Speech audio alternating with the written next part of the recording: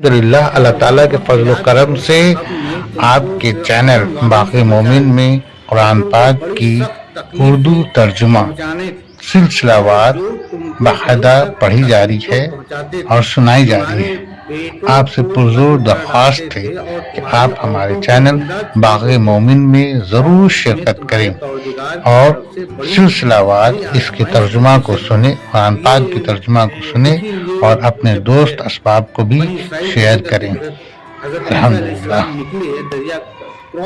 لہٰذا نیچے دیے ہوئے لنک کو برائے مہربانی سبسکرائب کر لیں اور بیل آئیکن کو ضرور سے دبا دیں، ہے نا؟ نیچے جو لنک ہے یوٹیوب کا اسے سبسکرائب کر لیں اور بیل آئیکن کو دبا دیں، جس سے کہ ہمارے ہر پارٹ کو آپ تک پہلی خبر ملے اور آپ اس سے فیض یافت ہوں۔ بہت بہت شکریہ اور مہربانی۔ قرآن پاک کی اردو ترجمہ سلسلہ وار ہمارے چینل باغ مومن میں پڑھی جا رہی ہے اور سنائی جا رہی ہے۔ آپ سے درخواست ہے کہ ہمارے چینل باغ مومن پر ضرور شرکت کریں اور قرآن پاک کی سلسلہ وار اردو ترجمہ سنیں۔ الحمدللہ۔ نیچے دیے ہوئے لنک کو سبسکرائب کر لیں اور بیل آئیکن کو دبانا نہ بھولیں۔ نیچے دیے ہوئے لنک کو سبسکرائب کر لیں اور بیل آئیکن کو دبانا نہ بھولیں۔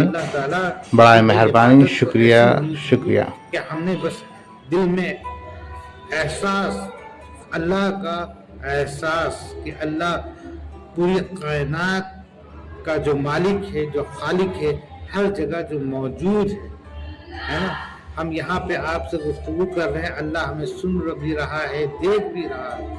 تو جب میرا ہاتھ ایسے یوں اٹھے ہے نا، تو یہ احساس ہو کہ اللہ کے سامنے ہم نے ہاتھ اٹھا دیا۔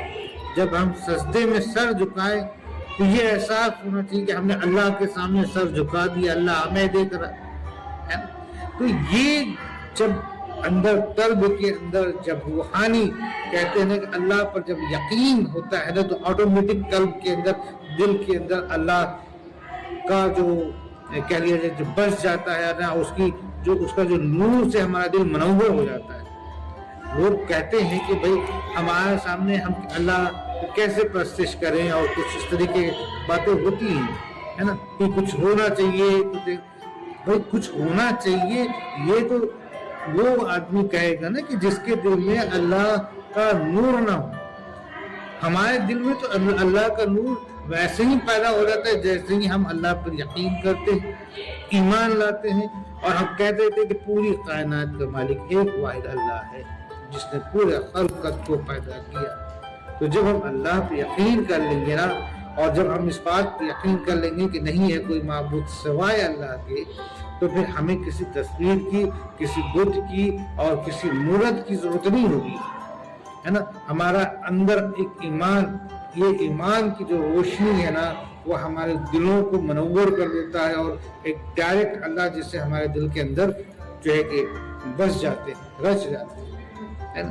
جب ہم نماز میں ایسے نیت کرتے ہیں اور اللہ کے سامنے ایسے جب رکوع کرتے ہیں اور جھکتے ہیں نا، تو یہ احساس ہوتا ہے کہ میں اس مالک کائنات کے سامنے اپنے سر کو جھکا دیا جو پوری کائنات کا مالک ہے۔ جب اس یقین کے ساتھ کہ ہمیں جو ہے کہ موت آنی ہے، مرنے کے بعد واپس اللہ کے سامنے حاضر ہونا ہے، جس کے سامنے ہم نے سارے ہمارے عمل کا کچا چٹا کھل جانا ہے، ٹھیک ہے نا۔ تو یہ جو احساس ہے نا، یہ احساس جب ہمارے اندر ایمان جاگتا ہے نا، تو یہ احساس بھی جاگ جاتا ہے۔ یہ احساس کو جگانے کے لیے ہے نا، ہمیں اپنے اندر اس بات کو مطلب کہ اللہ پر یقین کرنا ہوگا کہ واحد ایک اللہ ہے، اس کے سوا اور کچھ نہیں۔